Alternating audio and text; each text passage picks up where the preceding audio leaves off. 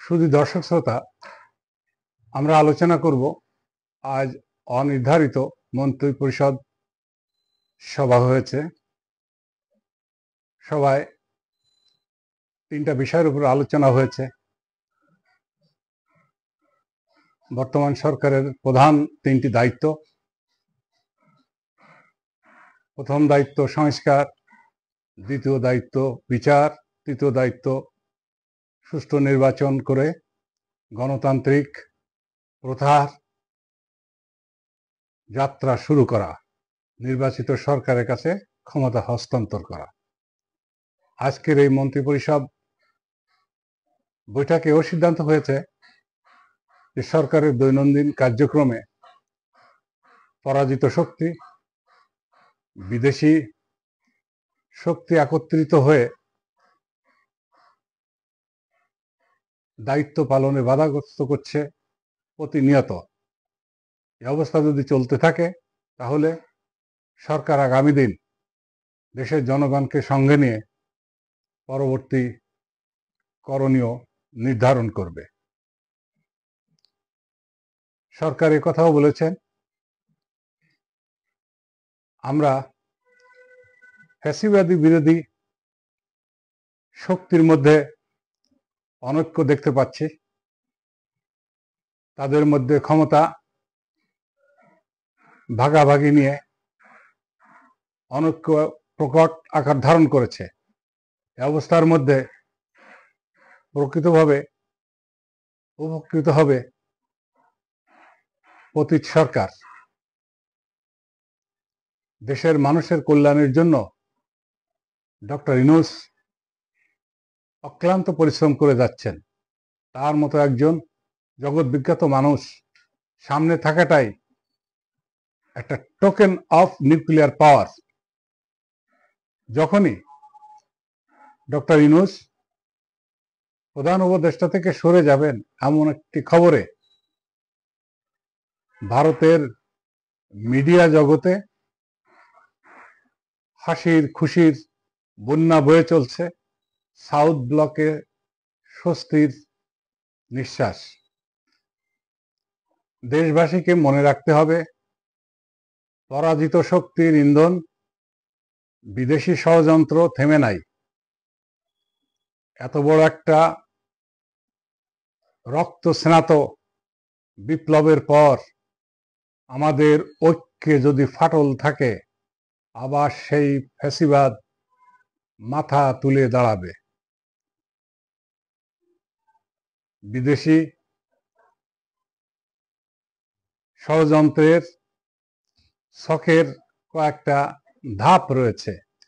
প্রথম ধাপ ছিল তারা প্রতি বিপ্লবে শেখ হাসিনাকে আবার ক্ষমতায় প্রতিষ্ঠিত করবে, সেটা সম্ভব হয়নি। দ্বিতীয় ধাপ ছিল সেনাবাহিনীকে দিয়ে সামনে একটা অঘটন ঘটানো, সেটাও সম্ভব হয়নি।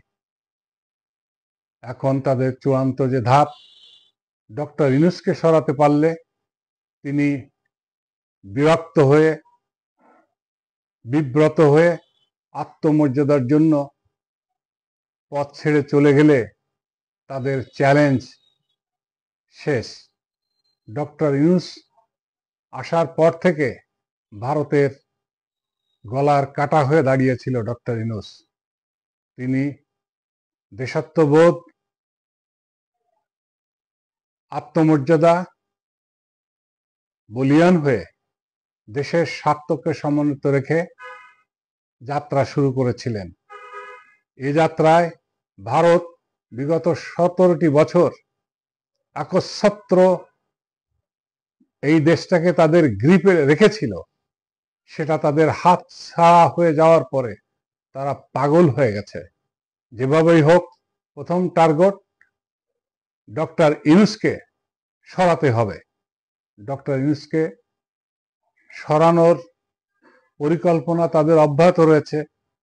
তিনি থাকবেন না এমন খবর চাউর হওয়ার পরে সাউথ ব্লকে আনন্দ এবং স্বস্তি, স্বৈরাচার ফ্যাসিস্ট শিবিরে আনন্দের বন্যা, আবার ফ্যাসিস্ট বিরোধী শিবিরে হতাশা, উদ্বেগ সবকিছু মিলিয়ে সার্বিক বিবেচনা করে মনে হচ্ছে বিদেশি ষড়যন্ত্রের ছকে আমাদের দেশের রাজনীতিক, সেনাবাহিনী, সরকারের একটি অংশ যে কোনোভাবেই হোক, জেনে হোক না জেনে, জড়িয়ে পড়ছেন তাদের গোয়েন্দার জালে। এটা আমাদের সকলকেই মনে রাখতে হবে। আমাদের ঐক্য কোনোভাবেই যেন বিনষ্ট না হয়। ডক্টর ইউনূস একটা বিশাল ফ্যাক্টর, একথা আমাদের মনে রাখতে হবে। অন্য দলের নেতা নেত্রী যে দল থেকেই আসুক, যে পদে আসুক, ভারতের কোনো আপত্তি নাই।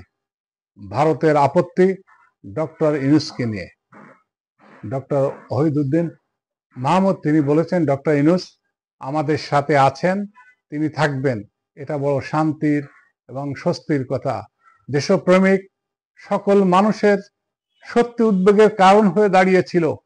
এই মুহূর্তে দেশ জাতিকে ফেলে ডক্টর ইউনূস যদি দায়িত্ব ছেড়ে চলে যান, তাহলে সত্যি এই জাতি এতিম হয়ে পড়বে।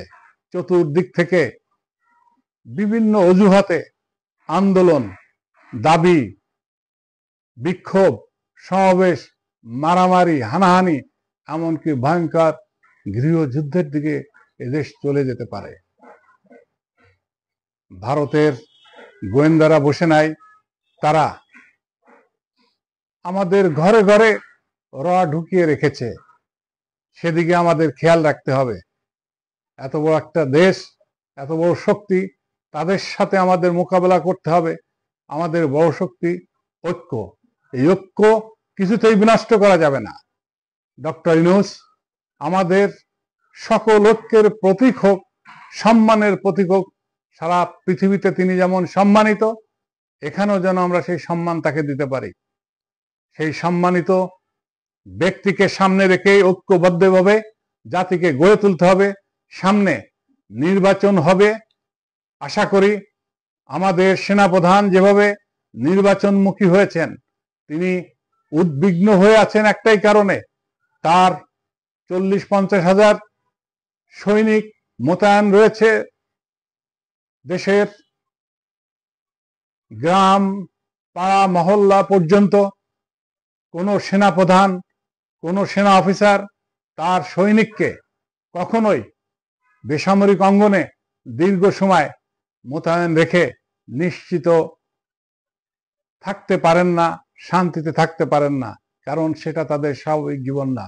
সৈনিককে ব্যারাকে ফিরে আনতে হবে। এই জন্য আমাদের সেনাপ্রধান নির্বাচনের উপরে গুরুত্ব দিচ্ছেন। তিনি যত দ্রুত নির্বাচন হবে, নির্বাচিত সরকারের হাতে ক্ষমতা হস্তান্তরের পর তিনি তার সৈনিক ব্যারাকে ফিরিয়ে নিয়ে সম্মানের সাথে ফিরে যেতে চান। এটাই বারবার তার কথা কর্মে আমরা দেখছি। কিন্তু তার এই কথা নিয়ে অনেকে ভুল ব্যাখ্যা করছেন। তিনি রাজনীতি নিয়ে কথা বলতে পারেন না, এখতিয়ার বহির্ভূত কথা বলছেন।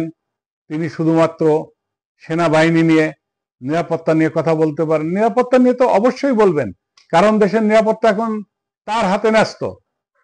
সেনাবাহিনী পুলিশি ডিউটি করছে, ম্যাজিস্ট্রেটের ডিউটি করছে, দেশের মানুষের নিরাপত্তা বিধান করছে।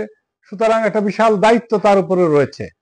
হ্যাঁ, তিনি রাজনীতি নিয়ে কথা না বলাই ভালো। রাজনীতি নিয়ে কথা বললেই সেখানে বিতর্কে তিনি জড়িয়ে পড়েন। তার শুভাকাঙ্ক্ষী যারা, তারা এটাই মনে করেন তিনি একজন সুনামী, অত্যন্ত সংযমী সেনাপ্রধান।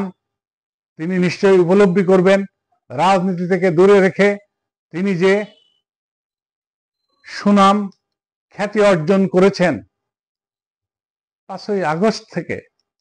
আশা করি যারা সমালোচক, তারা তার আগামী দিনের কর্মের ভিতর দিয়ে উত্তর পেয়ে যাবেন তিনি কত গণতান্ত্রিক মনের।